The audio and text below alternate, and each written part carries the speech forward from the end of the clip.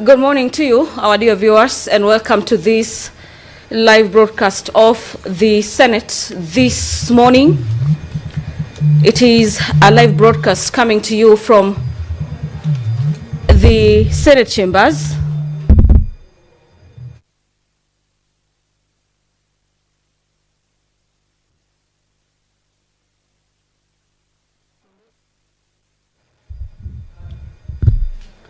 Well, good afternoon to you.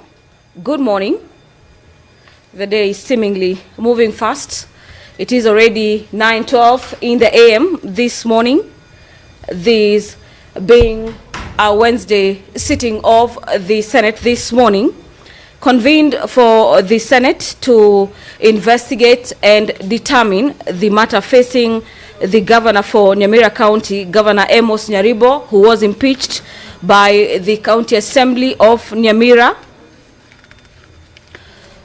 This sitting has been gazetted by the Senate Speaker for the House to convene and consider the matter before it, the matter before the Senate for the better part of today morning in the afternoon, and for the better part of Thursday up to the close of business will be the consideration of the charges on the proposed removal from office by impeachment of Honorable Nyaribo, the governor for Nyamira County, where the senators are set to hear and vote on this matter. The vote here will have the Senate listen and consider evidence from the County Assembly, in this case being the accusers who are accusing the governor of Nyamira County of a number of charges. Among them is the gross violation of the Constitution and other laws. The other charge is the charge that pertains abuse of office, among others. So for this morning sitting, the sitting begins with a closed session of senators. This is usually a pre-hearing for senators where we have a kamukonji for 1 hour, where the senators will be guided on the rules for this impeachment. And after that pre-hearing session that is usually held in closed doors, the live broadcast of this impeachment hearing will commence, yet again coming to you live from the Senate of Kenya with the recital of the mandate of the Senate and the rules of procedure and hearing in regards to this issue of impeachment. There will be introduction of the County Assembly of Nyamira, representing the County Assembly and their council. The Defense Council will also be introduced. These Sergeant at Arms, ring the quorum bell for further 10 minutes.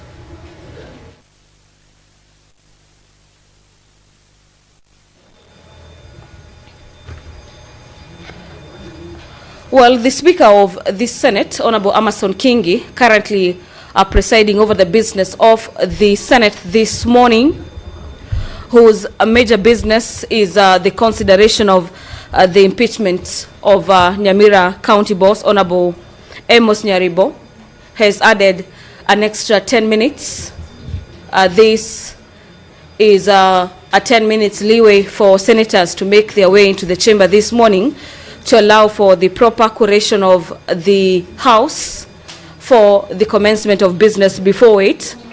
After the introduction of the members of the County Assembly and their Defense Council, we'll be having the introduction of the Governor of Nyamira County and the council representing him, if any. So what happens under this particular juncture, our dear viewers, is that the County Assembly, members of the County Assembly who will be taking the bar will be introduced before senators and the Speaker of the House, as well as the wing representing the governor. The governor's wing will be seeking to have the Senate debunk or quash the impeachment by the members of the County Assembly, where 23 members of the County Assembly of Nyamira out of 30 impeached Governor Nyaribo. And the wing, being the wing of the members of the County Assembly, will be seeking to convince senators for the better part of today that indeed their their case is watertight and that the Senate ought to uphold the impeachment of the governor of Nyamira County. Our dear viewers, remember Nyamira County has been in the limelight following cases of two divergent county assembly session where a particular branch of the county assembly is said to hold sittings in the county assembly's chambers in Nyamira County, where the other wing holds its proceedings outside the county assembly of Nyamira. So this is a matter that senators have been considering for the better part of this year, actually, with various committees being devolution and intergovernmental relations, as well as the Senate County Public Accounts Committee grilling members of the Nyamira County Executive and going to the ground to ascertain these allegations. So this particular issue is expected to feature heavily during this impeachment hearing facing the governor for Nyamira County. After we have the introduction of members of the County Assembly and the governor and his defense, the Senate will continue to read the charges that are facing the governor. This is done by the Speaker of the Senate. The County Assembly will then be given an hour, about 30 minutes rather, as part of the opening statement on behalf of the County Assembly. The governor will also be having 30 minutes as part of his opening statements to the Senate for the better part of today. The governor's part will be coming during the afternoon session after the House has already commenced with the hearing of this issue of impeachment facing the governor for Nyamira County. And our dear viewers, let me take you quickly through the charges facing the governor for Nyamira County. They include the gross violation of the Constitution and other laws, where the governor for Nyamira is said to have violated the 2010 Constitution and the County Governments Act of 2012 through deliberate, formal engagement, endorsement, and support of unlawful, illegal, and unconstitutional bunge mashinani. This is the issue that I highlighted a few minutes ago, where the County Assembly of Nyamira is, so to speak, divided in the middle, with a section of it holding the County Assembly proceedings inside the gazetted premises, that is the Nyamira County Assembly, and the other faction holds its sittings outside the gazetted legitimate premises, being the County Assembly chambers of Nyamira County. On charge 2, members of the County Assembly of Nyamira are alleging that Governor Nyaribo has grossly violated the Constitution and the Public Finance Management Act of 2012 by assenting to the Nyamira County Supplementary Appropriations Bill 2024 without the approval of the County Assembly. This is an issue where the County Assembly must go through the supplementary budget or appropriations bill. But in this case, the governor is said to have assented into a supplementary appropriation bill of 2024 without the same having been considered and passed by the County Assembly of Nyamira.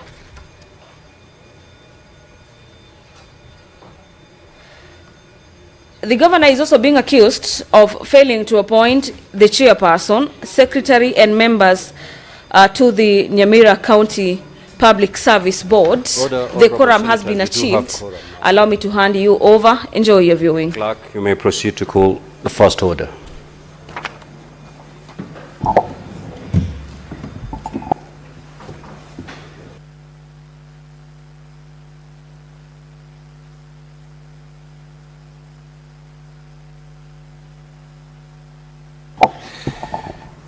Order number 1, communication from the chair.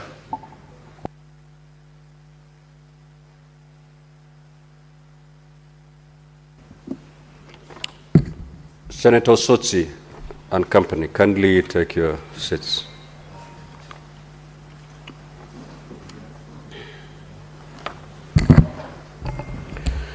Now, honorable senators, I have a communication to make relating to the business of the Senate as scheduled for consideration during this solemn sitting.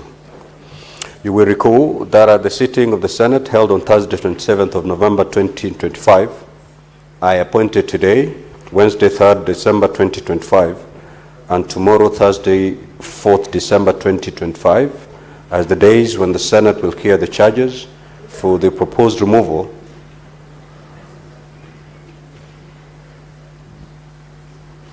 from office by impeachment of Honorable Amos Kimomi Nyaribo, Governor of Nyamira County.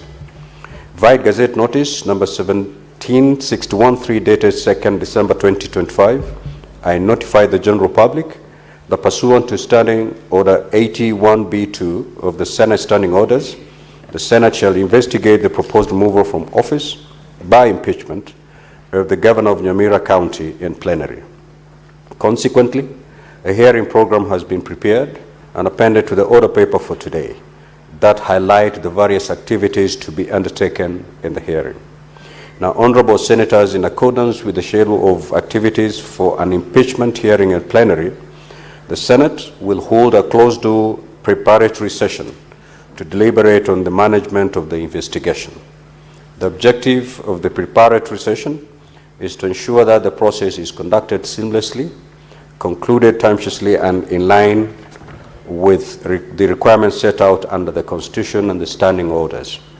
Honorable senators, during the pre-hearing, the parties, if they are present, all members of the public and media will be expected to withdraw from the chamber, and galleries and any form of broadcasting from the chamber shall cease.